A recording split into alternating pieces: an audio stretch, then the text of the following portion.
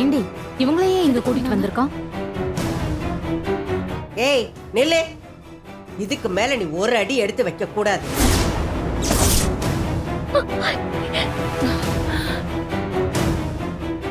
ஏன் பாட்டி அவங்க வரக்கூடாதா?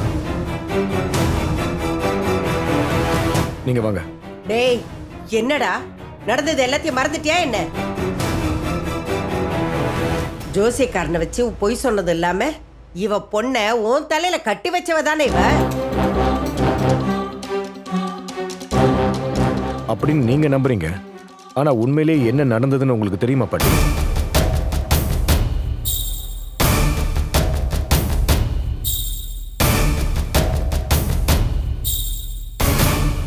அதுதானே நடந்தது, அதுதானே உண்மை. இல்ல, இத்தனை நாளா நீங்களும் நானும் இந்த வீட்டுல இருக்கிறவங்களும் அப்படிதான் நினைச்சுக்கிட்டு இருந்தோம். ஆனா அந்த பொய்ய சொன்னவங்க கண்மணியோட அம்மா.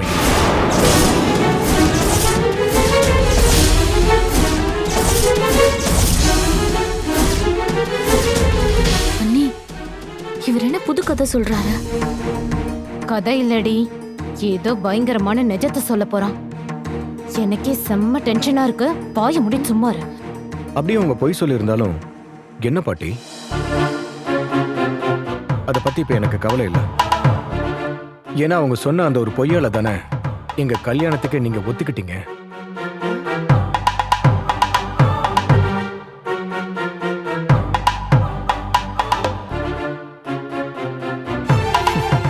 எனக்கு உங்க பார்ட்னர் கூட பொண்ணு கொடுக்க தயாரா இல்ல. என்ன ஒரு சுகர் பேஷண்ட் நோயாளின்னு முடிவு பண்ணி கல்யாணம் பண்றதுக்கு லாய்க்கு இல்லாதன்னு ஒதுக்கி வச்சுட்டாங்க. டேய் அதெல்லாம் பழைய கதை, அதையெல்லாம் விடு. இன்னும் அந்த பொய்ய சொன்னது யாருன்னு நீ சொல்லவே இல்லை.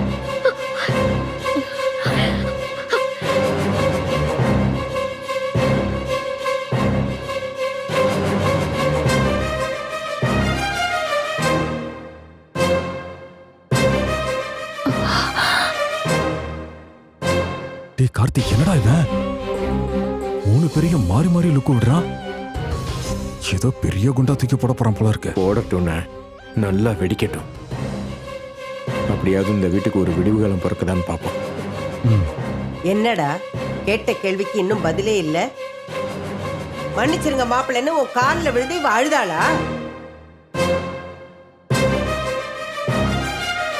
உடனே நீ இவ நடிப்பை பார்த்து பரிதாபப்பட்டு அவளை இந்த வீட்டுக்கு கூட்டிட்டு வந்தியா? அதானே? எல்லாத்தையும் கற்பனையிலே நம்ம முடிவு பண்ணிட்டா அப்புறம் உண்மைக்கு என்ன மதிப்பு இருக்கு பாட்டி? இத பாரு, உன் தத்துவ விளக்கத்தெல்லாம் இங்க யாரும் கேட்கல. கல்யாணத்துல பொய் சொன்னது அவ இல்லைன்னு அவ சொல்ற பொய்ய நீ நம்புறேன்னா, அப்போ அந்த பொய்ய சொன்னது யாருன்னு நீ சொல்லு. கண்மணி எனக்காக அம்மா பார்த்த பொண்ணு. அவளோட குணம் அவங்களுக்கு ரொம்ப பிடிச்சிருந்தது. எனக்கு அவளை கட்டி வச்சு இந்த வீட்டுக்கு மருமகள் ஆக்கணும்னு அவங்க ஆசைப்பட்டாங்க. அதனால இந்த கல்யாணம் எப்படியாவது நடக்கணும்னு நினைச்சு எதை சொன்னா நீங்க ஒத்துப்பீங்களோ அதை சொன்னாங்க. ஏன்னா கண்மணியை விட எனக்கு பொருத்தமான பொண்ணு வேற யாரும் இருக்க முடியாதுன்னு அவங்க முழுசா நம்பினாங்க.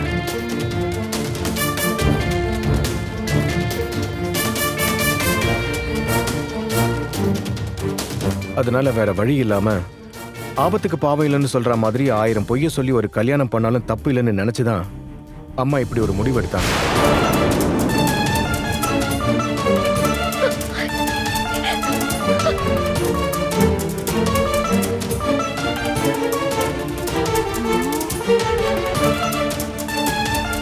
ஆனா நிச்சயமா ஒரு நல்ல சம்மந்தத்தை இழக்க கூடாதுன்னு அப்படி ஒரு காரியத்தை பண்ணாங்க.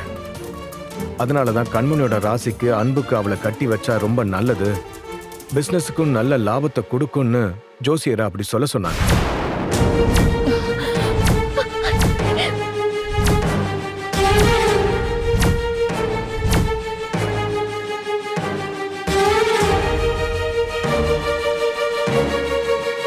ஏய் என்ன என் பேரை சொல்றது உண்மையா?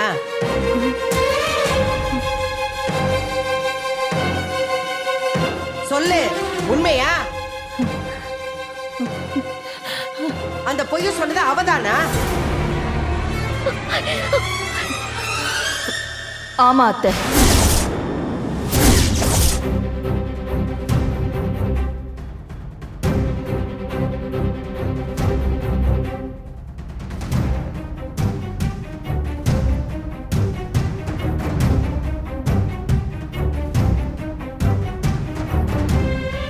என் பையன் சொன்னது உண்மைதான்.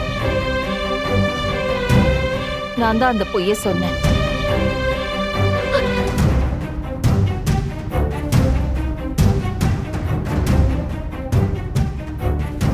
வெக்கமா இல்ல உனக்கு? இவ்வளவு பெரிய நம்பிக்கை துரோகத்தை பண்ணிட்டு கொஞ்சம் கூட கூச்சமே இல்லாம எப்படி நீ நடமாடிட்டு இருக்க?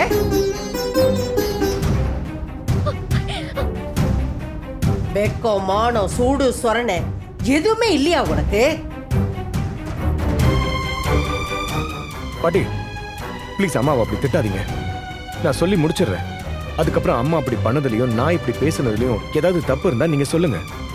நீ பேசி முடிக்கிற வரைக்கும் நான் எதுக்குடா காத்துக்கிட்டு இருக்கிறது? இப்ப சொல்றேன், உன் அம்மாக்காரி பண்ணதும் தப்பு, நீ பேசுறதும் தப்புதான். என்ன பாட்டி இப்படி பேசுறீங்க? ஒரு சின்ன பொய்யால ஒரு பெரிய நல்லது நடக்குதுன்னா அந்த பொய் சொல்றது தப்பா?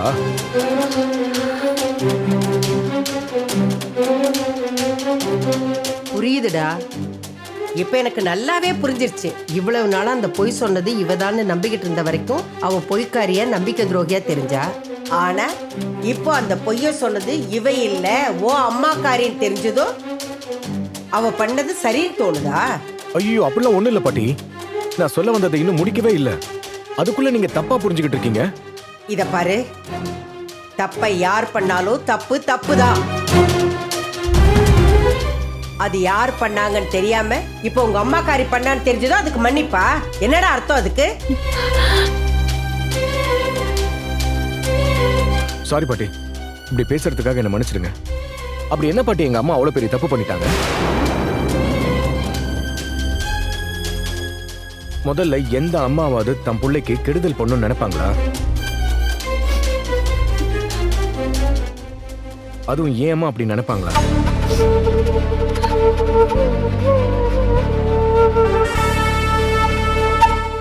எனக்கு எப்பவுமே நல்லது மட்டும்தான் செய்வாங்க.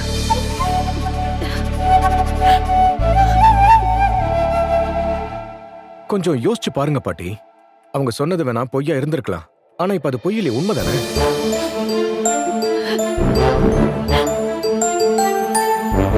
இந்த வீட்டுக்குள்ள கண்மணி வந்ததுக்கு அப்புறம் தானே எனக்கு நிறைய நல்லது நடந்திருக்கு. இப்ப வரைக்கும் அது தொடர்ந்துகிட்டே தான் இருக்கு.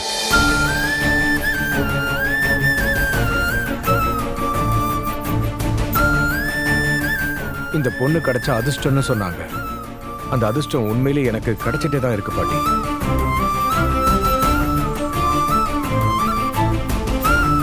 அவ வந்ததுக்கு அப்புறம் தான் எனக்கு பிசினஸ் கார்ப்பரேட் ஆர்டரே கிடைச்சது.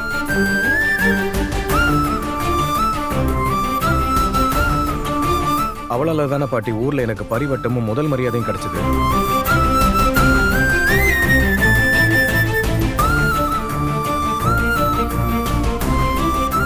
யாரோ பண்ண தப்புக்கு ஜெயிலுக்கு போக இருந்த என்ன நிரபராதின்னு ப்ரூவ் பண்ணி நம்ம குடும்பத்தோட கௌரவத்தை காப்பாத்தினது யார் பாட்டி? கண்மணி தானே?